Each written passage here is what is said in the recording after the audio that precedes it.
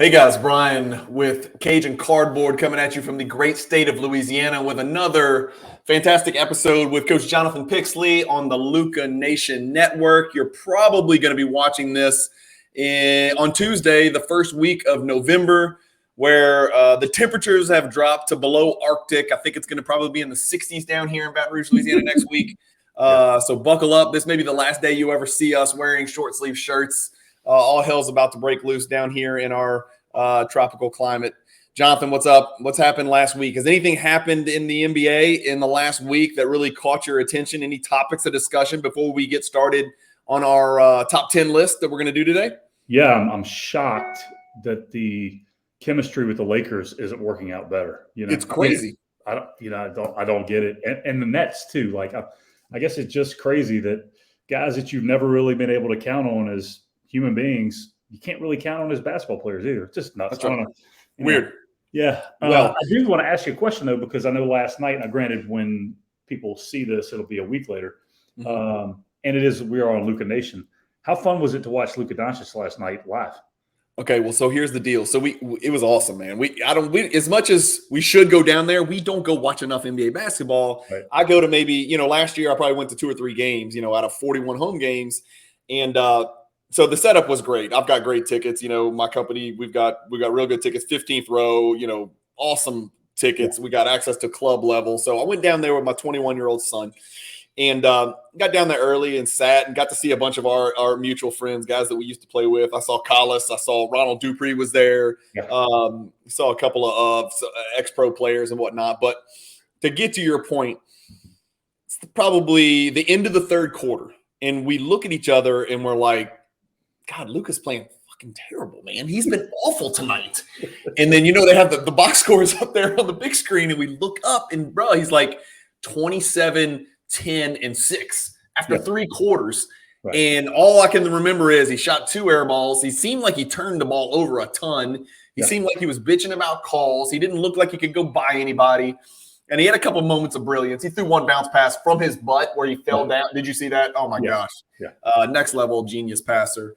And then I think he finished with 37, 11, and 7 or something stupid, right? MVP numbers. Right. And we literally looked at each other and we're like, he's been awful tonight. Yeah. And that, I guess, is the measure of true greatness. Is like you think he's been bad, but he put up the best numbers, an incredible box score to stat line. I went last year to watch Jokic play, and I was courtside. And my daughter, my oldest daughter, goes with me.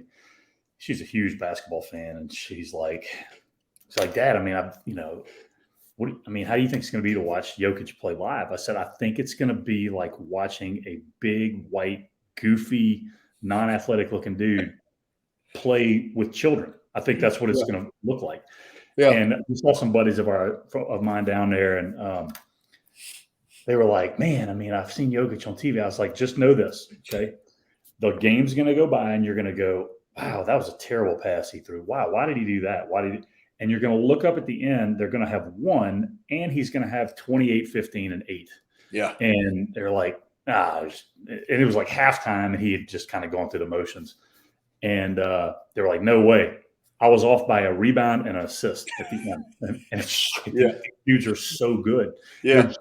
He's special, man. It does. That's a great analogy. It's like at the end of the youth football season or youth basketball or soccer season, you have like a parents versus kids game. Yeah. It looks like that. It looks like he's just like screwing around like the puppet master, and he's got his little minions on his strings. The one thing I concluded about that Mavericks-Pelicans game last night is, and remember, the Pelicans didn't have 3 starters. They didn't have their 2 best players, Zion and Ingram, and they didn't have Herb Jones to guard Doncic. So they got away with like Trey Murphy and Najee Marshall. They're good, man. They're going to be really good. And let me tell you, so basically it was almost CJ McCollum, JV, and then a second unit versus the Mavericks.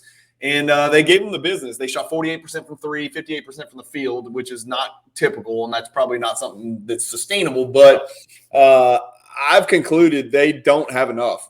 We did our preseason predictions, and we both said the same thing. Mm-hmm. They don't have enough around Doncic. They just don't have enough around Doncic. No. And here's this is the way I analogized it, if that's a word. I looked at Cam, my son, and I said, Cam, go through the 30 NBA teams, all 30 NBA teams, if you take the best player off each team, who would be the worst team in the NBA? And I think it's the Mavericks. I think if you take Luka Doncic off the Mavericks and then you took the best player off every other team, I think the Mavericks would be the worst team in the NBA. Is that am I nuts? No, not at all. Another way to look at it, I think, because I was thinking about this, is go take the second best player off of every team, and is every second best player better than Christian Wood, who's serviceable? I mean, he's a good player, but like still, I mean, or how about this? Take 2 through 5. Right? Well, the one thing we know is that they don't have enough to get it done when it comes to crunch time. I think they overachieved last year. And again, that's not to disparage Luka's greatness, but it is what it is. All right, let's get cranking. We're going to lose people. This is an interesting list, right? We're going to spin this positively, but it's a negative list. And so this is our list today. It is the biggest. It is our top 10 list. And I've ranked the top 5 in order. Okay. And then I've got 5 others in my top 10. And it is the biggest discrepancy between college success and an NBA career. Okay. I primarily took into account, I took team success into account a little bit in college, a good bit in college. But I have a surprise for you. I took every one of my players off of the John Wooden award winner list. So I threw a wrinkle into it, and I didn't tell you about that. So we may not be exactly on the same page, but I think it's going to lead to a little bit of variety between our 2 lists and some interesting banter back and forth for our subscribers to comment and throw out some names. Like this is all about, who do you remember from your younger years, and it's not going to be super recent people because they haven't had time to flame out, but you're going to hear some of these names. You're going to be like, oh, damn, he was a killer in college. Yeah. Whatever happened to him? Did he even play in the NBA? Some of these guys you're not going to remember. And this is going to be great for interaction with the viewers. I think there's going to be a lot of comments about what about fill in the blank. He was awesome in college and he never made it. And so, let's get started, man. I've got my top 10 list. You've got yours. Let's go with your list first, and we'll alternate back and forth like we always do, if that works for you. Are we good on criteria? Yeah, I'm good. I mean, it's 100% for me. Just that's it. We got to talk about injuries. No injury. We're not talking about I'm not talking about Sam Bowie. Okay, so I didn't include Sam Bowie because or Jay Williams, for example, or Jay Williams, or Reggie Lewis, or Hank Gathers, or whatever guys that passed away and or got crucially injured. Jay Williams, a great example. God, I wish we'd gotten to see him in the pros to see what he was about. Or Bobby Hurley. I didn't include Bobby Hurley, guys like that. So these are guys that had every opportunity to succeed in the NBA, but didn't measure up to their college accolades. Now, some of these guys, you and I would agree, when we watched them in college, we knew it wasn't going to be, tit for tat. We knew some of these guys weren't going to just walk onto the NBA and start, being John Morant and Luka Doncic. We knew that. But we're basing this primarily on the statistics that they accumulated during their senior year, but also all 4 years in college. And then the disparity between that and the paltry numbers they put up in the NBA. Anything you want to say before we get started? Yeah, I mean, I'm not taking into account. There is a guy on my list that did get hurt once he was in the NBA, but he had already proven, I felt like, that he wasn't going to be nearly as good a college player. Explain it when we get there. Yeah. And look, I'll say this too, real quick. There are 2 guys. I was doing some research, and I have a lot of former players of the year on my list too. But I saw Mahmoud Abdul-Rauf on a list somewhere, JJ Redick on another list. No, they're too good. They're too good in the NBA. Good NBA players. Yes.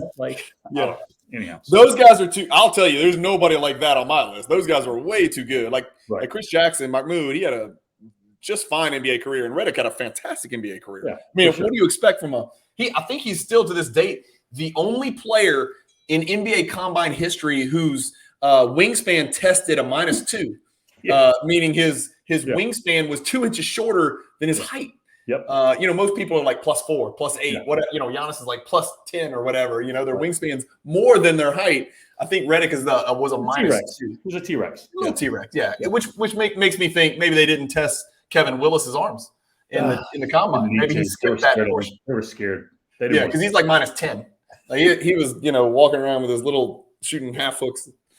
All right, I'll start. I'll go with number 10 on my list, and this is probably not going to be as numbers based, and I know you're going to disagree with this, but I'm going to go with it anyhow.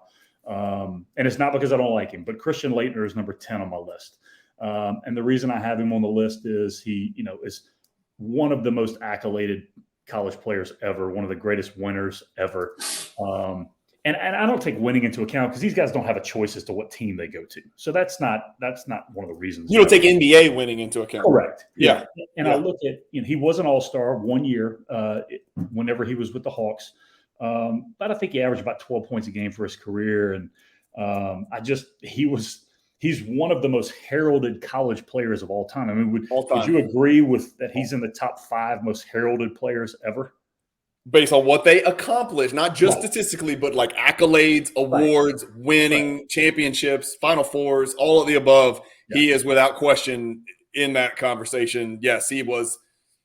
I mean, I'm trying to put a list together in college. I mean, Kareem and Bill Walton didn't have 4 years, but, Laettner's college career was checked a lot of boxes. We'll put it that way. Yeah. And he's not, I mean, is he in the top 300 NBA players of all time? Maybe, I don't know, 200, probably not, right? Not 300. No. Yeah. So I'm just looking at it like that. And so he would be number 10 for me. He was a good pro, right? Yeah. For a long time, but not nearly what he did during college. So that would be my number. He played 148 games for Duke, shot 80% from the line, 48% from 3, 57% from the floor, and was 21-8-2, 29-2, 16-10-2.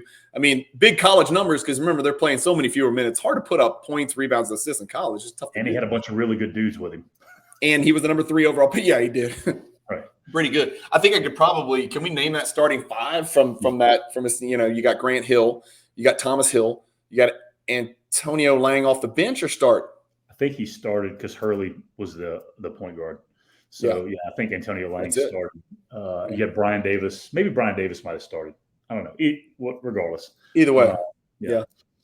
Laettner's 53. Damn, man, that makes me feel old. 3rd overall pick too. So Laettner's number 10 on your list. So see, for my list, and I'll just say yours is based more on, again, we're measuring discrepancy and disparity between college and pros. So even though I think Laettner was a pretty good pro, he made a freaking all-star team and he averaged 13 and 7. That's pretty good for an NBA career. He played 868 games. He was so good in college that it creates a humongous discrepancy because so much more was expected. A lot of people would probably consider Laettner a bust, but if you go look at his NBA career, I mean, the guy averaged 3 times, rebounded the ball really well in the NBA, over 7 rebounds a game, 5 or 6 times. And like we said, he made a freaking all-star team. You're right there at his peak in his age 27 season. So he had a pretty good career. I'll tell you right now, nobody on my list even sniffed Christian Laettner's pro career. None of my guys are remotely close to Christian Laettner's pro career. So I can't argue with you just because his college accolades are so high. All right, number 10 on my list. Sorry, I think I accidentally revealed here. So I've got my fancy, my fancy spreadsheet here. Michael Olowokandi is number 10 on my list, Jonathan. A lot of people may not even remember the dude. He was the first overall pick, believe it or not. He played for Pacific. He was sort of a one-hit wonder. If you look at his college stats, let's pull him up and get down here. His college stats, his senior year, he averaged 22.2, 11.2 rebounds. And I know he averaged a bunch of blocks. Yeah, almost 3 blocks a game for Pacific. They played nobody, but, that was back in the era, Jonathan. He was 97, 98. That was back in the era where you always look big man first in the draft, no matter what. True big men first won titles back then. You got to remember, Olajuwon was just now tapering down. You had just gotten through Olajuwon, Brad Daugherty, Rick Smits, Ewing, Robinson, Shaq, all these big monsters, Alonzo Mourning. Every team who had any chance to win anything had one of those except for one team, which won every title, which was Michael Jordan's Bulls, right? Yeah. But they had something that other people didn't have, which was Michael Jordan. But Olowokandi in the pros, 8.3, 6.8, and 0.7. He only played 500 games. The best season he ever had, he was 12-9. So from a first overall pick and a, National Player of the Year, senior year in college, that ain't getting it done. There's bigger discrepancies, so that's why he's number 10 on my list. Is he on your list at all? He's not on my list. I thought only having one good college year. That's it. That's it. That for me. Yeah. You'll see the guys that, as we go down our list, you're going to see more of my guys that had more than one season like Olowokandi had. And some of them had a better season 3 or 4 times, on my list. All right. Talk to me. Who's on your list? Number 9 on my list, ironically, that I just named Leitner, is Danny Ferry. And I think, Ferry is another super accoladed college player. I mean, all those guys at Duke won a lot back then. And, had a lengthy, he played 917 games, like you see. I mean, he had a lengthy NBA career, 13 years. 72. But, he just wasn't effective and just couldn't play. He was too slow. Didn't shoot it with range at the NBA level. So I put him at number 9 on my list. I'm looking at it going, man, I should have had it even higher than that. But I'll leave him at 9 for right now for sure. Well, his college stats weren't as good as I was expecting. I mean, they're good. Don't get me wrong. Yeah. But, he was like, I don't know if he won National Player of the Year more than once, but he was in the conversation more than once for sure. He won his senior year. He split him with Sean Elliott his senior year. There you go. Yeah. I remember that. Yeah. Well, that was back when we were in 8th and 9th grade. I remember. But look, his numbers are very similar to Leitner's. Yeah. He's just missing one season. Like his freshman year is not, Correct. Leitner did it, 4 years. But he assisted the ball a lot better than I recall. Man, Ferry was good, man. Ferry was good. But he would be a guy that I think even back then when you and I were, 15 years old, by then we knew like this dude ain't stepping into the NBA and doing this, right? It's just a different level of basketball. He's not going to be the biggest and the strongest. The guy was bald. Pick, right? I think he was the 2nd pick overall. Ferry was the number 2 overall pick, if I'm not mistaken. Yep, number 2 overall pick to the Los Angeles Clippers back when they were cursed, and so they didn't win. So it is not surprising. And again, remember, there's no communication before this, but number 9 on my list is Danny Ferry. How about that? So there you go. Who's number 8 on your list? What do you got? So number 8, I went with a guy who ended up getting hurt, but that's Adam Morrison. And I think he also was the number 2 pick when he came out by 3. He was the first ever draft pick by Michael Jordan. Also the first werewolf ever taken in an NBA draft. Also the worst mustache in the history of not just basketball, but pro sports in the world. Horrific, awful. And his picture is right there for you to appreciate. Good chance that he's got, a small child held captive in the trunk of his, El Camino. El Caminos don't have trunks, so maybe his Pinto, something like that. Very scary looking individual, but very friendly and almost too friendly to play basketball in the NBA because he got his ass handed to him from day one.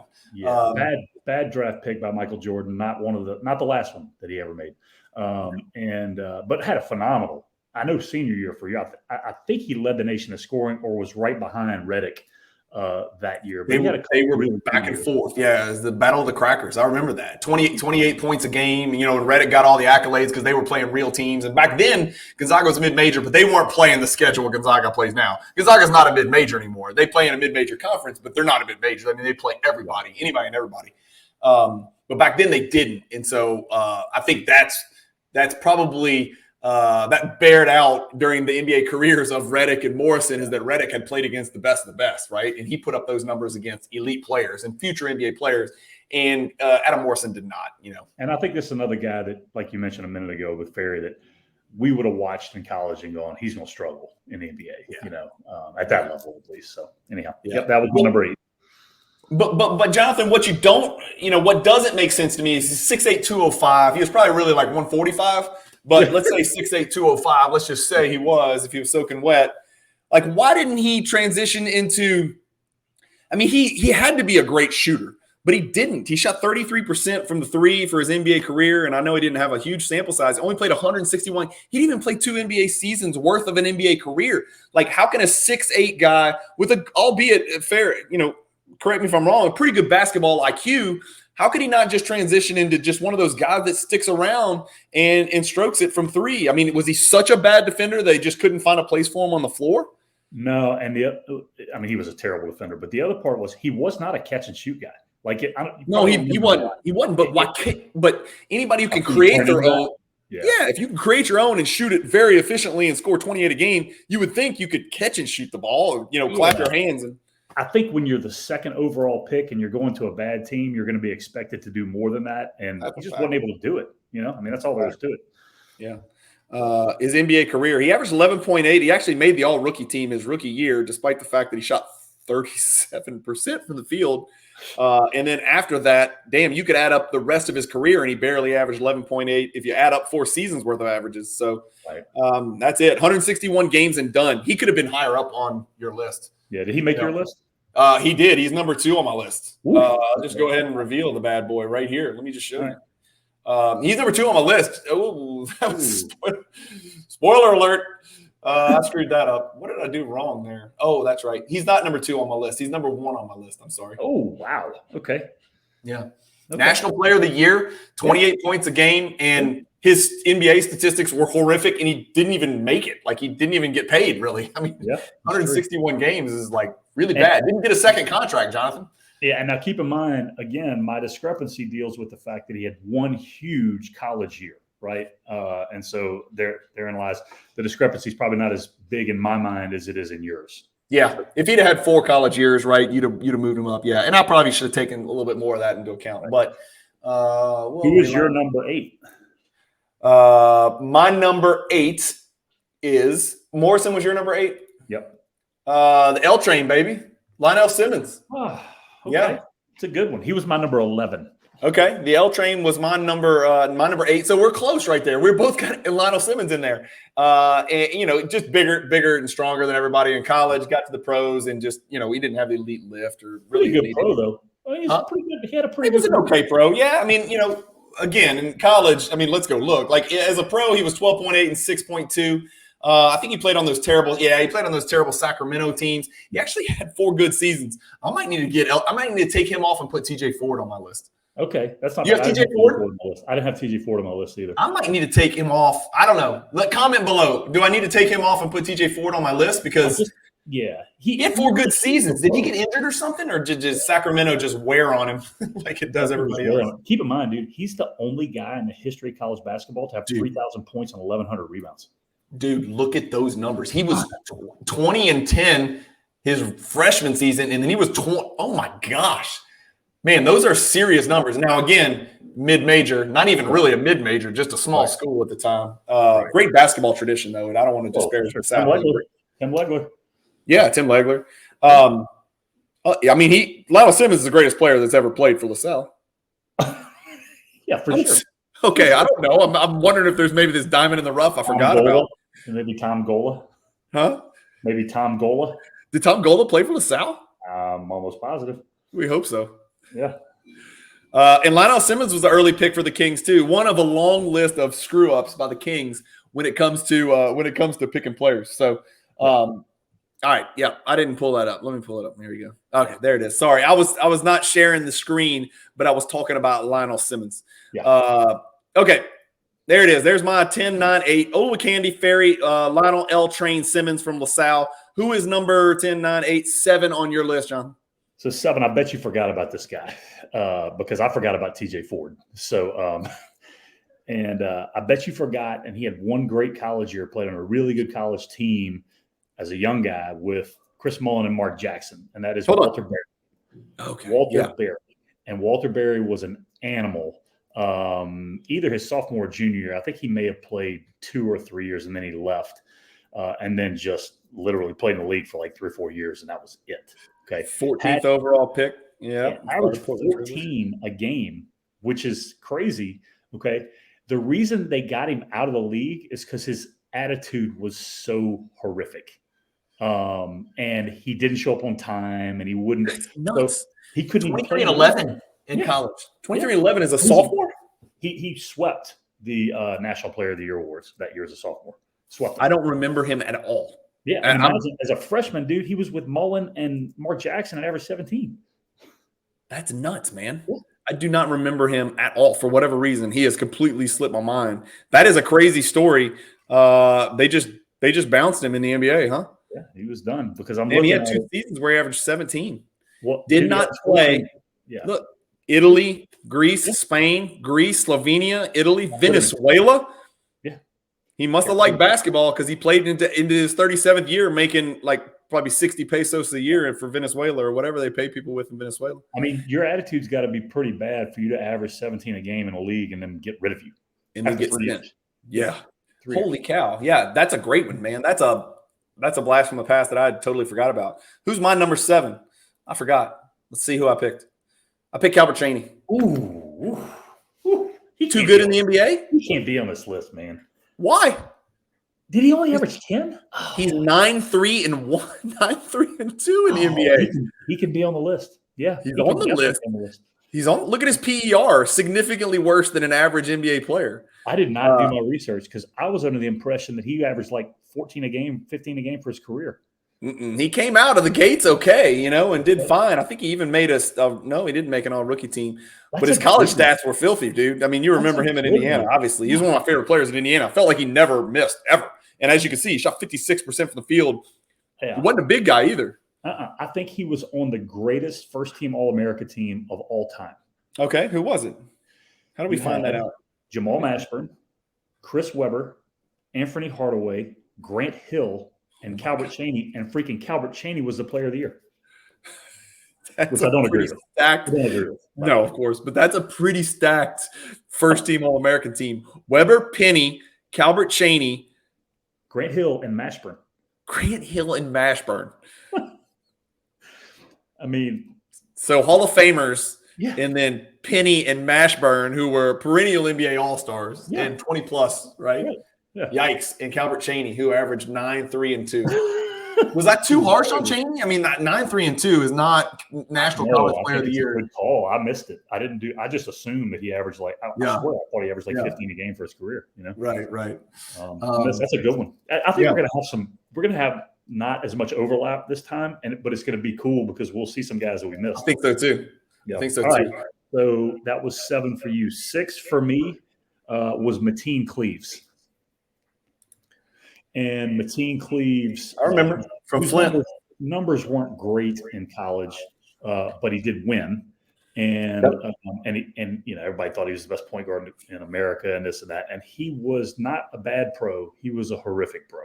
3, 1, and 2. Yeah, a horrific pro. And somehow, he could not get on the floor for horrible basketball teams. He couldn't even get on. He had a good attitude though because he played for 6 years and Walter Berry only made it for 3. So. Yeah, so he had a better attitude than Walter Berry. That's what we shouldn't say. He had a great attitude, but he was from Flint, was he not? Yeah, from Flint Northern and Flint, Michigan. Yeah, that was back when Flint was churning out absolute studs year after year after year. Was he was on that team with Mo Pete? He was with Mo Pete. He was won a national championship when he was a freshman. Matt Staginga. Did they win the national championship that year? When he was a freshman? I don't remember. I think they did. There was somebody else from Flint. It was him, Mo Pete, and there was one other person. Matt Staganga was on that team. You remember that white dude that could jump off 1 foot? Right. Who was their center? I don't know. I know Sean Respert had been at Michigan State, but he wasn't there then. But yeah, anyhow, I thought he was one when I remember watching him in college going, he is not going to be a good pro because he can't shoot at all. Yeah. He proved that he couldn't shoot at all still. Or just get on the floor at all. Yeah. Who's my number? 10, 9, 8, 7. My number 6 is Evan Turner.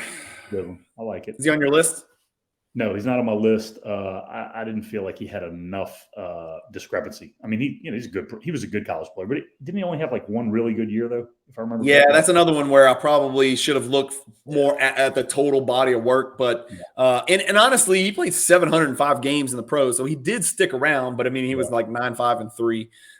He put up numbers. He probably shouldn't be on this list. I'm going to put TJ Ford again. I'm going to put TJ Ford twice. Put his college numbers up there. He had a really good senior season. I thought he had a decent junior season. His senior season was bananas. He was really good. Yeah. 21. Yeah, he had a good junior season. 17, 7, and 4 is really good. Yeah. Senior season, 29 and 6, 52% from the field, 75% from the line. National Player of the Year. He was National Player of the Year. I didn't realize that. Okay. Yeah. All right. Yeah. And then he was an early draft pick, number 2 overall pick by Philly. Yeah, it's not a bad one. I think I don't know. I wouldn't have him on there, but it's not a bad one for sure. He's not as big a discrepancy as the 4 that I've already named, so I should move him back probably. Yeah. I should probably move him back. All right, so I have number 5 coming up, and that is none other than Bo Kimble. We got some overlap. And Bo Kimble, I think he averaged like 35 his senior year. That team was the most fun team ever to watch in college. Yeah, we're about to go look at it. And the most fun college basketball game I've ever been to in my life was them playing LSU. I was there. We were there. We weren't together, but we were both in the arena at the same time. 20, 24, and 12 blocks. Shaq had that game. Freaking Hank Gathers had 49 in the game. Rest his soul. They had the shooter Jeff Fryer who fell out of bounds. I could go down the whole list, dude. Steamer. Yeah. Tom Peabody. Yep. They were good, man. Terrell Lowry. I think you're right. I think that's his name. Little skinny thin kid that came off the bench and gave him buckets off the bench. This is both, for those of you who don't know, maybe you're too young. Loyola Marymount had a coach, Paul Westhead, right? Yep. Who basically took run and gun to the extreme and took it to the next level. So in an era where UNLV was like this run and gun team and everybody was like, oh, they're amazing with, Anderson Hunt and George Ackles and Greg Anthony and Augment and Larry Johnson. These dudes took it to a whole nother level. Look at his shooting split as a senior. What's that? Look at his shooting splits as a senior. Oh, I know. I don't care if you're on the court by yourself. Well, how can he breathe? They played so fast. I wish we could pull up, how many points they averaged and everything. Guys, do yourself a favor. I don't have it pulled up, but go figure out, go Google Loyola Marymount around this late 80s era when they had Bo Kimball and Hank Gathers. Those were their two big-time players. Hank Gathers was an absolute phenom. I think he led the nation in rebounds and points, and then he died of a heart attack on the floor. It was one of the most. He did that as a junior, though. But that's right. Yeah. And then passed away as a senior, right? Yeah. Correct. And so, and this was no slouch team. Like, this team had a chance to do some things. Without Hank Gathers, they did not. But Bo Kimball basically just kind of picked up where Hank Gathers left off and had an incredible senior season. Hank Gathers is now as a player who would have been all right in the pro just from an energy. I mean, just physicality, energy standpoint. He was kind of like, well, I keep using Orlando Woolridge. Why do I use him as my player model for everybody? Yeah. He'd have been a Rodman who could score a little bit, but Rodman scored in college, so heck. But I look at this. Why wasn't he good? I mean, he's obviously a great shooter. I mean, gosh, dog, why wasn't he good? Shot 38% from the field, 29% from three as a pro. Maybe it was he only played 105 games, Jonathan. Yeah. And oh my gosh. He didn't get another contract. He probably didn't make any money back then. I mean, 90, 91, 92. Wow, man. That's tough. And you remember the really cool thing in the tournament that year? They beat Michigan that year. I don't know if you remember the tourney. I think they ended up losing in the Elite Eight, even without Gathers. But he was shooting the left-handed free throws. Yeah, I remember as a tribute to Hank Gathers. Yeah. He shot free throws left-handed. Guys, really seriously, that was a really nostalgic moment from my childhood. That was right around when Jonathan and I were in high school. But that Loyola Marymount team was must-see TV. Every time they were on TV, it was amazing. And we got a chance to see them play against LSU when LSU had the greatest LSU, in my opinion, the most talented LSU team of all time with Shaq and Stanley Roberts and Chris Jackson, all those guys. And it was just I can't remember. I think it was like 145, 142. That's crazy. It was something nuts in a 40-minute game. It was just crazy. Go check them out. And Bo Kimball used to shoot those free throws left-handed as a tribute to Hank Gathers. Hank Gathers is an awesome player, man. I really wish, there's a long list of guys. We could do another video of guys that we just wish we could have gotten to see, but they passed away too early, Bro, he had 49 in that game against Shaq and Stanley Roberts and didn't take a shot outside of 10 feet. Like, he just went at him. He would go at everybody every single time. Crazy. Every single time he touched it. Yeah. Okay, was that your number 5? That was my number 5. So who's your – oh, you had him at 4. Okay. So, no, I already had him. Don McClain. That's a good one. I missed him. You don't have him in your top 10? I don't. You're going to see. You'll see my game. Okay. It's wow. Don McClain, for those of you who don't know, looks like his nickname, huh? He averaged 11. So, did you see his college numbers? I must not have, because he played with Tracy. He's the all-time leading scorer in the Pac-12 or 10 or whatever the hell it's called now. Oh, was he really? Even with Tracy Murray on his team? Okay. All time. Look at his numbers, Jonathan. Okay. 20.5 for a career, and he boarded the ball too. And this is from a guy who doesn't have a line in his body. He's never lifted a weight in his life. Neither does Luka, by the way. I know. I saw that last night. Very sloppy. Very sloppy. I wasn't a fan of that. Yeah, I'm worried about that. But he gets where he needs to get. So Don McClain with 19th overall pick. So, even though he's college player of the year and the all-time leading scorer in the Pac-12, I think maybe scouts saw what we already knew, is that he's probably not going to have the most illustrious NBA career. Man. He's too high on your list. You think he's too good in the NBA? He's too high on your list because he's too good in the NBA. He played 9 years. He averaged double figures. I mean, if you'd have told me Don McClain was a better NBA player than Calbert Cheaney, I'd have told you you're out of your mind. I didn't know, but he was. I didn't know either. Yeah.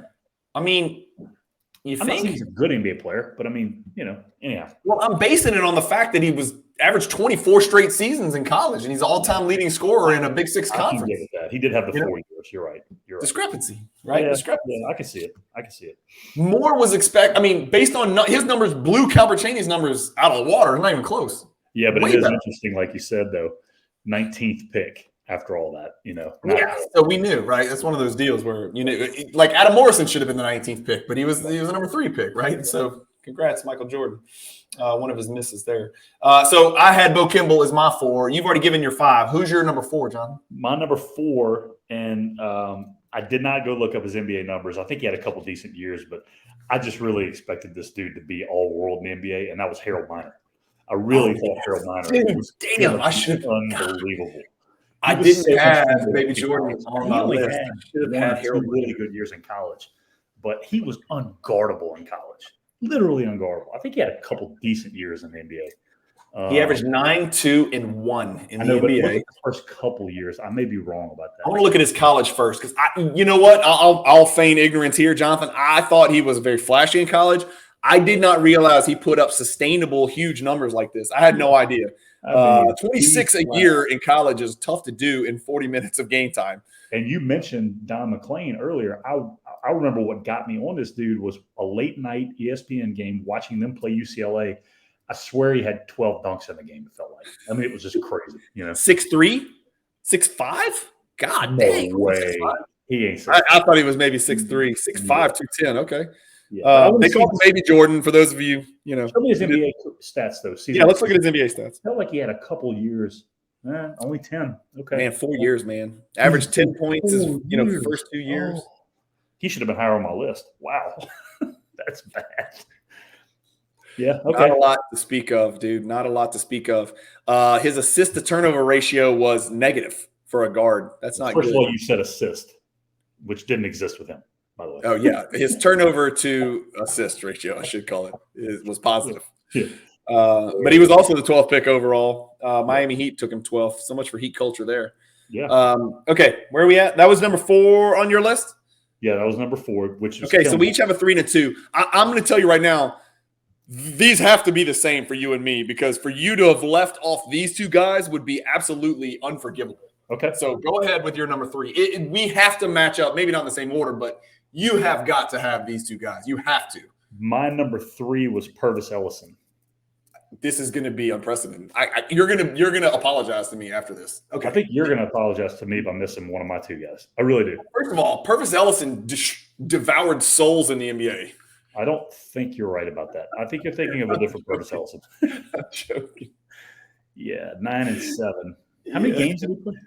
Okay. He averaged 21 year. There you go. See, you're off. You're out. You're out. First of all, now wait. First, you get a chance to take it back. Are you going to take it back right now? No, I'm not, because I want to know what happened between 93 and 94. What happened? I do too. Same team. What happened? I don't know. Chris Webber and Juwan Howard. That's what happened. Yeah. Your services are no longer needed. We've just picked up 2 and 5. He averaged 20 and 11 in a year. Wow. Okay.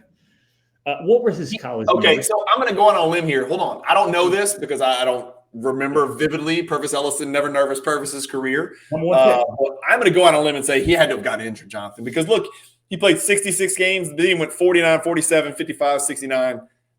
I mean, he was averaging 17 points a game and only played 49 games and then played only 47 the next year. I got to believe he didn't. Maybe knees became an issue or something like that. Yeah, something happened for sure. He was supposed to be the next Bill Russell, remember, defensively? Yeah, well. Whatever that means. They were high on him. He played some good Louisville teams, man. They had some good teams. Consistently good in college, too. I mean, look at that. 8 rebounds a year, 15.8. Really good player. Yeah. Yeah. Number 1 pick, though, a lot was expected. Again, like I was stuck on the fact that he was supposed to be the next Bill Russell. And everybody kept saying, oh, he's a winner. He wins. Well, he won his freshman year and didn't win again. But then, so I had him as number 3. You probably didn't have him on the list. I did not have him on my list because he doesn't belong on the list. Okay. He averaged 20 and 11. So. Okay. If he doesn't belong on the list, then Don McClain belongs nowhere near the list. What are you talking about? Don McClain, same collegiate career. He's so handsome. He's never lifted. His hair was fantastic. He belongs on the list just because his nickname was Hollywood McClain. Yeah. And he used steroids. Do you remember he got caught using steroids? And we're like, bro, you're using the wrong steroids. You don't have a muscle in your body. You're using the wrong steroids. If you'll admit that he doesn't belong on the list, I'll admit Purvis Ellison doesn't belong. I'll accept that deal. Okay. All right. I'll accept that deal. I do want to know who your guy is, though. I can't believe. Just give me your next one. Give me your next one too. Just to make this is nuts. Give me your next one. Go ahead and give me your number 2, and then I'll give you my 3 and 2 together. My number 2. My number 2 is Steve Alford. Okay, maybe I forgot somebody. That's a great one. Yeah, you owe me a big time apology. Okay, but let's just start with the fact that Steve Alford was my hero. Okay, yes. He was everything that I dreamed. He was Rex Chapman for you before Rex Chapman, even though until Rex Chapman existed, Steve Alford was my option, and then Rex Chapman could jump and sit his ass on the rim, and so now I'm like, okay, well I can shoot like Steve Alford. And I can jump and sit on the rim. About this dude. I knew you forgot about him. You crushed this. And can we agree that hold on.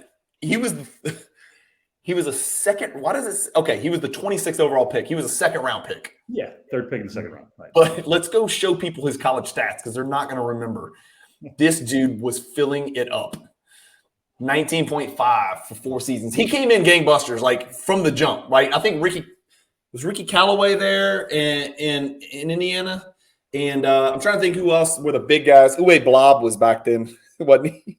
Yep. He played with Keith Smart was on that team. Smart. Alan Henderson was young on that team. Alan Henderson was he was a little bit later, yeah. He probably played with Chaney, actually. Yeah, and that team that Keith Smart hit the game winner against, who did they beat in the final? Syracuse, Derek Coleman. They beat Derek Coleman that year. That was a good team. And the thing about him was, he made that 84 Olympic team that Knight coached that had Jordan. Yep. He was only a freshman on that team, and everybody's Knight was his coach, yeah. Guys, let the viewers know, Bobby Knight was his college coach, and Correct. He made the Olympic team, right? Yeah. But he shot 53% from the three-point line as a senior, which was the first year that they had that.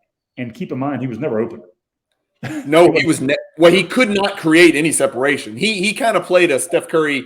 I shouldn't use Steph Curry. He kind of played a Klay Thompson type of game where very few dribbles, very efficient. Look at Jonathan. Look at his free throw percentage. I know. Yeah. Do we need to talk about his shorts? I'd rather not. I'd rather forget about him if we can. Let's keep it PG. We will not talk about the length or lack thereof of Steve Alford's shorts. But I want you to keep in mind, like if you go back, flip back up to his college stats real quick. He averaged 22.5 his junior year without a three-point line. And he was 6'1" and white and slow and you got to be really good. He was basically shaped exactly the same as John Stockton from what I recall. Like he looked like him, right? Same dude, little nut huggers, hairy legs, same height, same weight, Didn't play the same kind of game or anything like that. But what are they listed? 6'2", 183. So he's just a normal dude walking around on the street. He really, really was a special shooter. Anybody shoots 90% from the line is special. He was ranked. They did the top 100 college players, and they started it from 1980. And this list came out in 1989. Okay. But the list started at 1980 for some reason.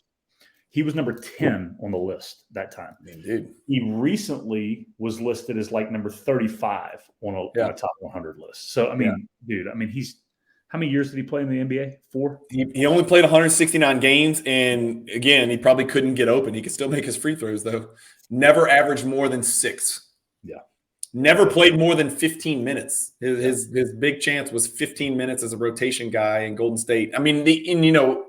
I guess people can probably figure this out. The issue with him is he's not a point guard, and he's a small white 2 guard that can't guard anybody or create space. So it's like, what's your purpose, right? And also a terrible situation. And I'm not saying it would have worked out, but would he not have been similar to Paxson if he'd have played with Jordan and Pippen and those guys? Maybe not. I don't know. I mean, I think Paxson's probably a little bit bigger.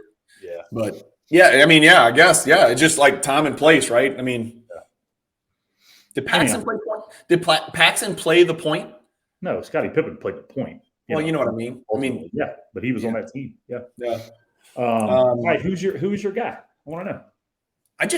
Okay, first of all, I'm going to give you tremendous credit for Steve Alford. That was fantastic. And I almost, like I said, I just pulled from the Wooden Player of the Year because I ran short on time. But Steve Alford maybe should be number one on our list, both of ours, over Adam Morrison because he was great for 4 years, whereas Morrison was just extremely superlative for 1 year. But Alford's number one on your list, right? No, he's number two. Oh, we haven't gotten to your number one yet. Okay, good. Let's do my number 2 and 3 then. Yep. You got to have one of these guys at number one, okay? So at number 3 for me is Tyler Hansbrough. He's number one for me. Okay. All right. So we're not totally off here. Okay. Tyler Hansbrough was Psycho T. Everybody remembers Gerald Henderson elbowing him straight in his ugly face. Everybody loved to hate Tyler Hansbrough. He was incredibly physical and psycho. That's why his nickname Psycho T. Yep. Humongous human specimen, 6'9", 250 from Poplar Bluff. He actually had a brother, Ben Hansbrough, that played for Mississippi State. Yes. He was actually a guard, like a normal shaped person. But Tyler was 6'9", 250 and just gigantic, right? He wasn't really necessarily shredded, but he was just big and bulky. 13th overall pick. His NBA career, 6.7, 4.2. Never really clicked, averaged 11 and 5 1 year. It's just an energy guy, right? He's just a little off-the-bench energy guy. But wait till you see his college stats. His college stats were eye-popping. From the jump, dude. 19 and 8, 18 and 8, 22 and 10, and then 20, almost 21 and 8. I think they won a national championship in there somewhere. Donald Williams was on that team. Some of those guys, Ed Cota. Yeah, 06, 07, I think. 54% from the field, but don't let that fool you. He could not shoot a lick.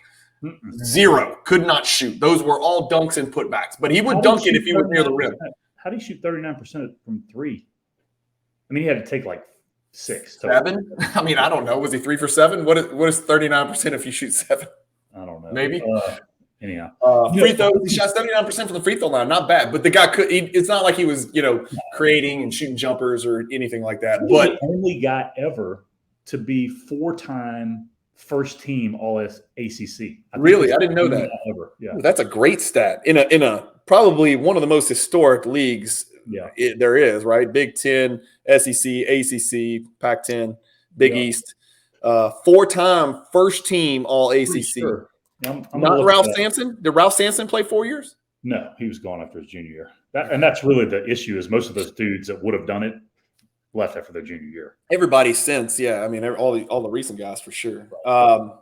Anyway, that is my number 3. My number 2 did not make your top 10 list. This is absolutely shocking to me.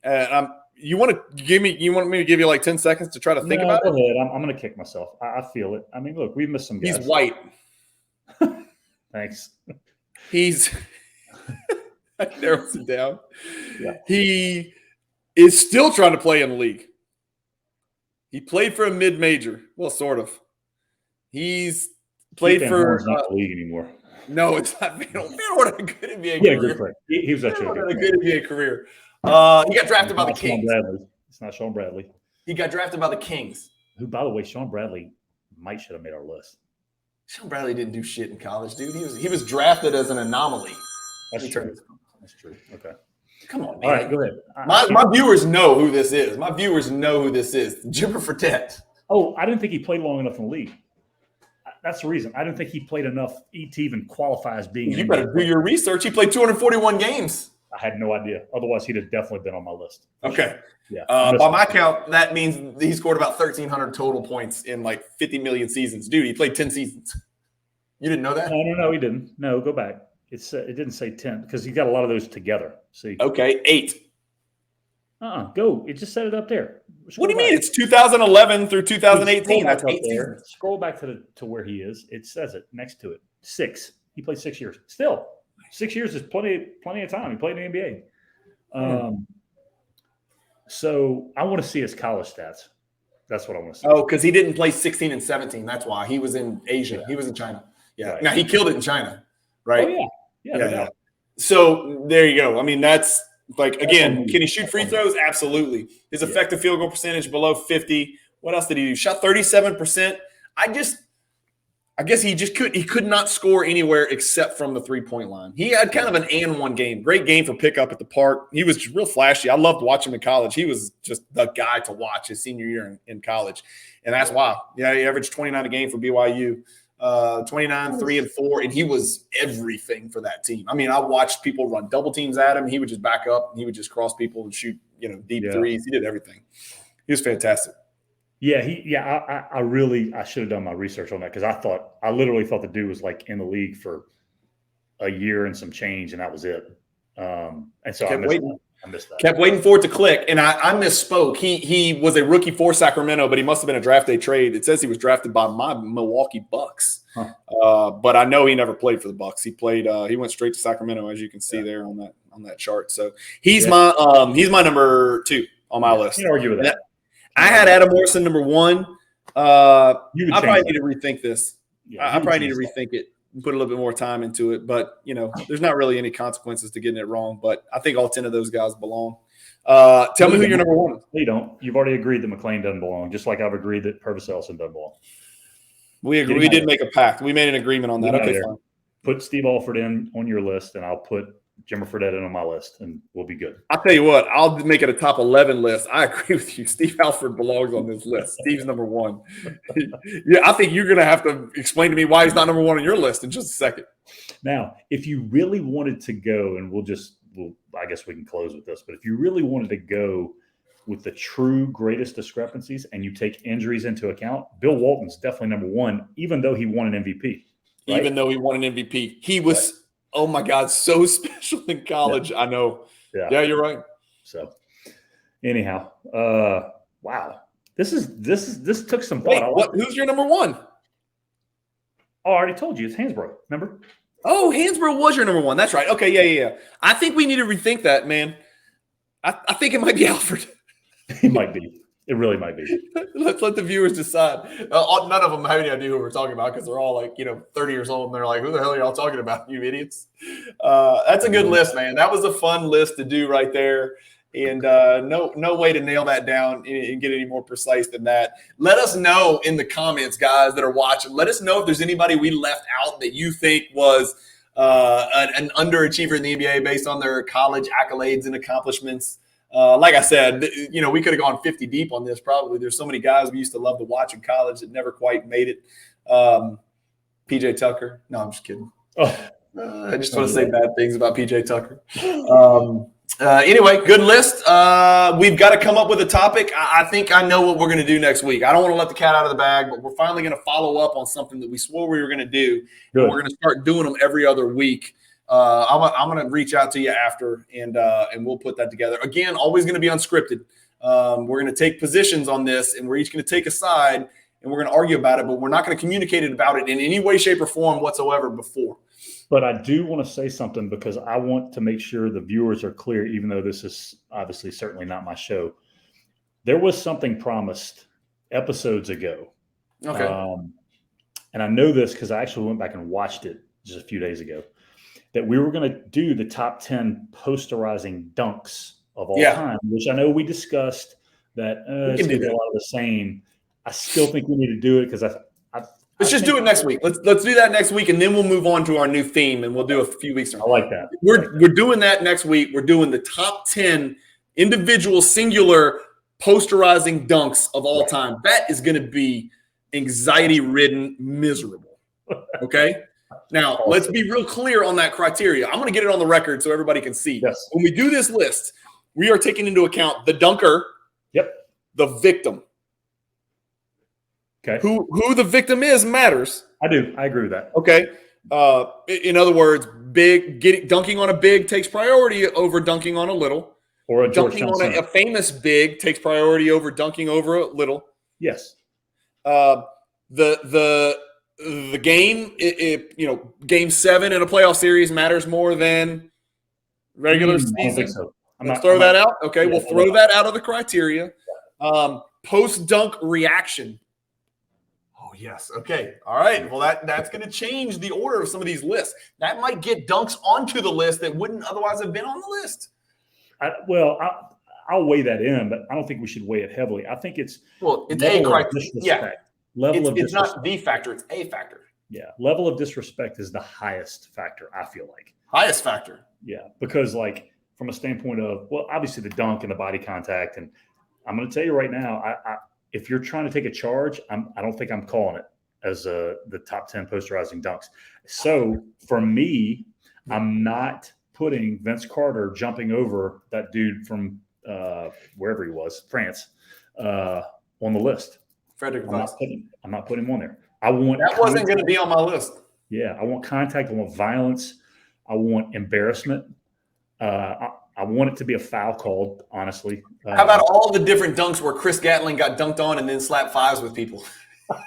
One. I felt like he did it 5 times. No, just once. Just Sean Kemp? Hey, man, congratulations. You put your nuts on my ears. Congratulations. This is going to be a fun list. This is going to be fun. My brain's already spinning. And, there's going to – dude, there's one where somebody did try to take a charge. It has to be on the list. You know what I'm talking about. Okay. But I'm going to tell you I don't know, man. It's going to be tough. It's going to be a difficult list. There's no doubt about it, but it's going to be a lot of fun. Hey, you know what we're going to have to do? What? We're going to have to work our way through it, man. We're going to have to come to terms, and we're going to have to see eye to eye. We're going to have to work our way through it. It's one of those deals where if we can't get on the same page, we got to talk it through, man. Like a married couple, we're going to have to talk it through. I would bet that we're going to have one dunk in particular is going to be 1 or 2 on our list, both of our lists. I think we're going to agree on dunk number 1.